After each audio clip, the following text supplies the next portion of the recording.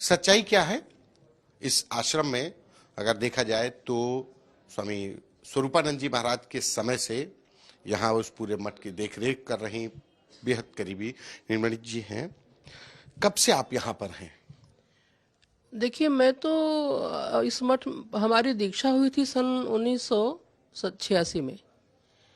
तो 86 से यह मठ तो बना है 96 में। 10 साल बाद ये मठ बना। उसके पहले महाराज जी 90 से वहाँ आते थे। द्वारका शारदा मठ है हनुमान घाट में। और गुरुजी से हम लोग बहुत लंबे समय से संपर्क में है। गुरुजी के दीक्षित शिष्य हैं। और स्वामी जी महाराज तो इनको सन 82 से हम लोग जानते हैं। 82 में जब स्वामी करपात्री जी महाराज का शरीर पूरा हुआ था तब वही हम लोग केदार घाट आए थे। तो उस समय स्वामी जी महाराज की आयु बहुत छोटी थी।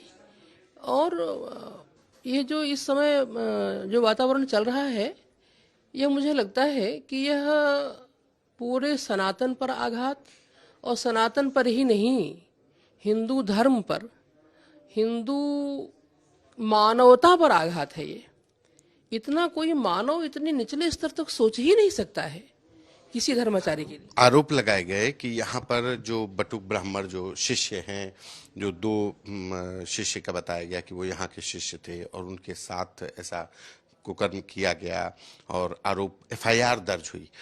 आप यहाँ पर हैं, उसमें एक और भी जिक्र है कि जो यहाँ पे बच्चियां पढ़ती हैं, बालिकाओं के साथ भी, युवतियों के साथ, इस तरीके से एफआईआर में जिक्र है। बालिका तो यहाँ पढ़ती ही नहीं है।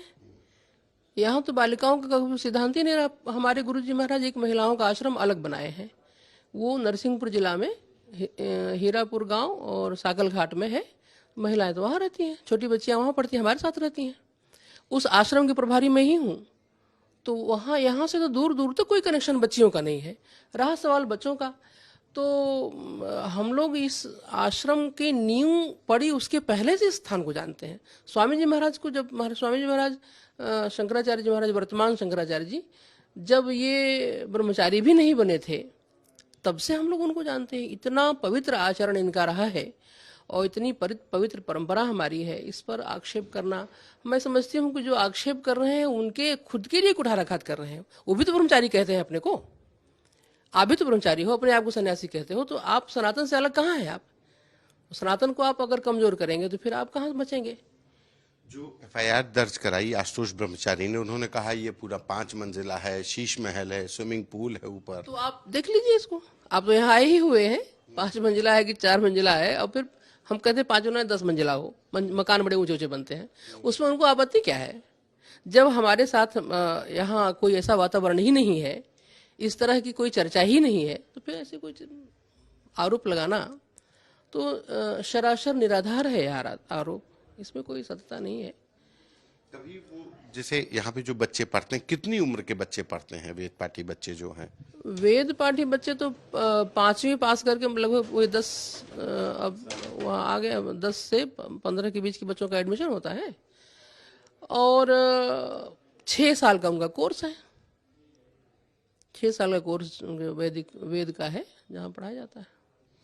आपको, आप तो चूंकि यहाँ से जुड़ी हैं, तो क्या लगता है ये क्या हो रहा है? मतलब इतना बड़ा आक्षेप लगाना, इतना बड़ा आरोप लगाना, और उसमें पुलिस ने एफआईआर तक लिख ली है। पॉक्सो की गंभीर धाराओं में एफआईआर लिख ली है जिसमें सीधे से अरेस्टिंग है। अब पाक्सो तो मैं पहली बार सुनी ही हूँ कि पाक्सो भी कोई होता है वो। क्योंकि मुझे इन मामलों में जब किसी ने हमसे कहा कि पाक्सो लग गया तो मुझे पाक्सो क्या होता है, कोई वकील हमको फोन किए तो मैं पाक्सो क्या होता है तो वो बताया उसकी गंभीरता को। इसलिए है तो निराधार ये। अब इसके पीछे किस किस का हाथ है वो मुझे पता नहीं है। और जिसका भी होगा हाथ, ये सब के सब गर्त में जाएंगे। क्योंकि जब जब धर्म का उच्छेदन करने का प्रयास जिसने भी किया हो, उसके लिए साक्षात भगवान ही आकर धर्म की रक्षा करते हैं। भारतवर्ष है, यहाँ तो यदा यदा ही धर्म से ग्लानिर्भवति भारत, जब जब धर्म का ह्रास, अधर्म की वृद्धि होती है तो धर्म की रक्षा के लिए, धर्म संस्थापनार्थाय भगवान स्वयं आते हैं। आकर भगवान रक्षा करते तो अभी भी करेंगे। क्योंकि भगवान सदैव सत्य के साथ रहते हैं। आपने देखा होगा महाभारत के युद्ध में पांडव 5 ही थे, कौरव 100 थे, लेकिन विजय पांडवों की हुई क्योंकि भगवान सत्य के साथ सर्वदा रहते हैं। ये महाभारत का युद्ध है पांडवों और कौरवों के बीच।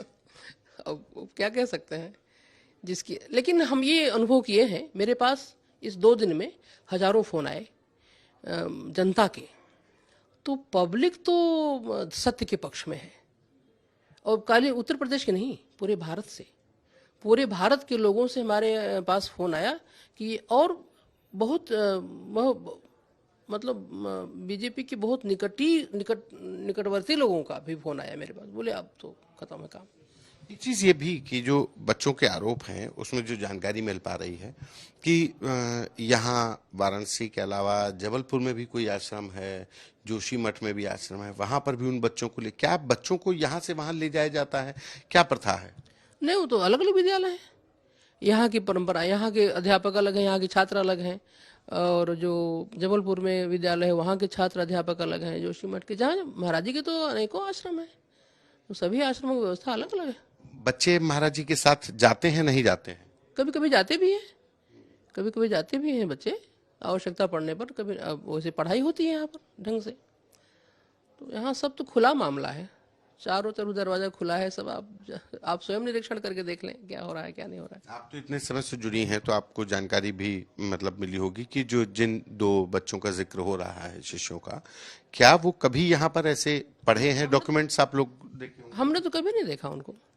मैं तो आशुतोष ही का नाम पहली बार सुन रही हूँ कि ये भी कोई ब्रह्मचारी है, तो वो बच्चे तो कभी भी नहीं दिखे हमको मठ में। हालांकि वो बच्चों तो मुंह ढक करके ही अभी तो सामने आए भी नहीं, लेकिन उनका रिकॉर्ड यहाँ है ही नहीं। अच्छा, यहाँ का एक विशेषता यहाँ की है कि जब भी कोई एंट्री करता है तो वहीं हस्ताक्षर उसका हो जाता है। मैं भी आई तो हस्ताक्षर करके आई हूँ, अभी हमारे अपने भी हो या कोई भी हो तो साइन करके ही आएगा अंदर। तो किसी बच्चे का प्रवेश हो जाए उसका रिकॉर्ड ना हो, ये कैसे हो सकता है? तो हमारे रिकॉर्ड में है ही नहीं वो बच्चा, तो कैसे हो सकता है? जब छात्र कहीं एडमिशन लेता है तो कुछ रजिस्टर, कुछ रिकॉर्ड रहता है ना उसका। जहाँ 300 बच्चों के रिकॉर्ड है यहाँ पर, वहाँ 2 बच्चों के रिकॉर्ड ही कोई नहीं है। अगर पुराने छात्र हैं तो नष्ट कर दिए गए, तो किस सन के हैं? जिस सन के हों उस सन का रजिस्टर निकाल देख लें। अब तो ऑनलाइन सब व्यवस्था हो गई है, इसके पहले तो और अच्छा था रिकॉर्ड चेक करना, क्योंकि सांदीपनी से था, सांदीपनी में सारे रिकॉर्ड थे, सांदीपनी जो वेद विद्यालय है, तो वहां से रिकॉर्ड चेक कर लें, उसमें क्या बात है? ये आरोप टोटल झूठे, 100% झूठा आरोप है। राजनीति हो या क्राइम, संसद की बहस हो या सड़क की सच्चाई, बाजार की चाल हो या रोजगार की तलाश, देश की चर्चा हो या दुनिया की हलचल, जंग के शोर से सीज फायर की खबर तक, यूपी बिहार से तमिलनाडु की सियासत तक, एस्ट्रोलॉजी के सितारों से खेल के मैदान तक, सच साफ सीधे अंदाज में। देखिए तक 360, गली से ग्लोब तक।